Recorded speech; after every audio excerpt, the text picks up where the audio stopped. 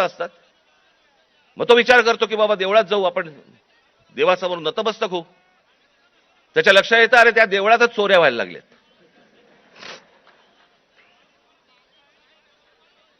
देवळात चोऱ्या. राम मंदिरासारखं इतकं भावनिक दृष्ट्या महत्वाचं असलेलं एक राम मंदिर उभं राहतं आणि त्या राम मंदिरामध्ये 1400 कोटी, आता नुसता जस्ट आकडा आलेला आहे, 1400 कोटी रुपयांची चोरी होते.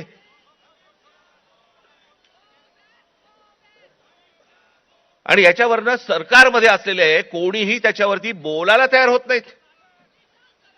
राम मंदिरावरती मतं मागताना बरोबर गेलात तुम्ही, मग ज्या वेळेला 1400 कोटी रुपयांची चोरी झाली, पंतप्रधान स्वतः एकटे गेले होते, सगळेजण बाजूला उभे होते.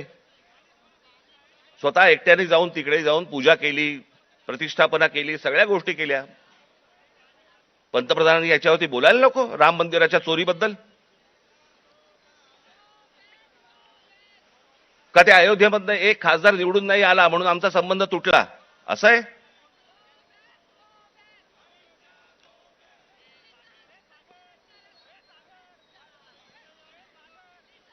आज तो हवालदिल झालेला जो तरुण आहे तो या सगळ्या मंदिरांचा रस्ते पकडतोय. धर्मांध बनवू नका त्या तरुणाला. शिक्षणाच्या वाटेवरती लावा. नुसतं जय श्रीराम बोलून होणार काही नाहीये. आज अनेक गोरक्षक गाड्या पकडतायत, गायी पकडतायत, सगळ्या पकडतायत. आणि हेच आमचेच पंतप्रधान ऑस्ट्रेलियामध्ये जाऊन सांगतायत की बीफ एक्सपोर्टमध्ये भारत हा 1 नंबरचा देश आहे. बीफ एक्सपोर्टमध्ये ते कापल्याशिवाय होणार आहे का एक्सपोर्टमध्ये आपण 1 नंबरचे? मग त्या गोरक्षकांचं काय करायचं? आपण करतोय काय? देश चाललाय कुठे? देश काय विचार करतोय? काय कशाचा कशाला ताळमेळ नाही. बस दिसली जमीन की दे अदानीला, दिसलं जंगल की दे अदानीला. आम्ही काही ह्या सगळ्या गोष्टींचे काय फक्त टीका करण्यासाठी हा विषय नाहीये.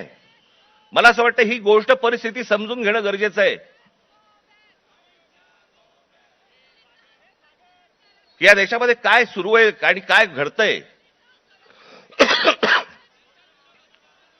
मी आज अजून एक गोष्ट तुमच्या समोर आणणार आहे. माझे पत्रकार बांधव इथे आलेले असतील, तुम्ही विचार करा. आपण जातो, श्रद्धेने जातो, मंदिरात जातो, आपण काही दानपेटीमध्ये टाकतो, ज्याच्यावरती या देशाच्या सगळ्या मंदिरांमध्ये लाखो कोटी रुपये जमा होतात. काय होतात त्याचं, काय होतं काय नाही माहित नाही. त्याचे ट्रस्ट असतात, त्याचे ट्रस्टी असतात सगळे. मग त्याच्यातनं आपल्याला कळतं चोऱ्या होत आहेत. आता हे प्रकरण घ्या. पत्र आहे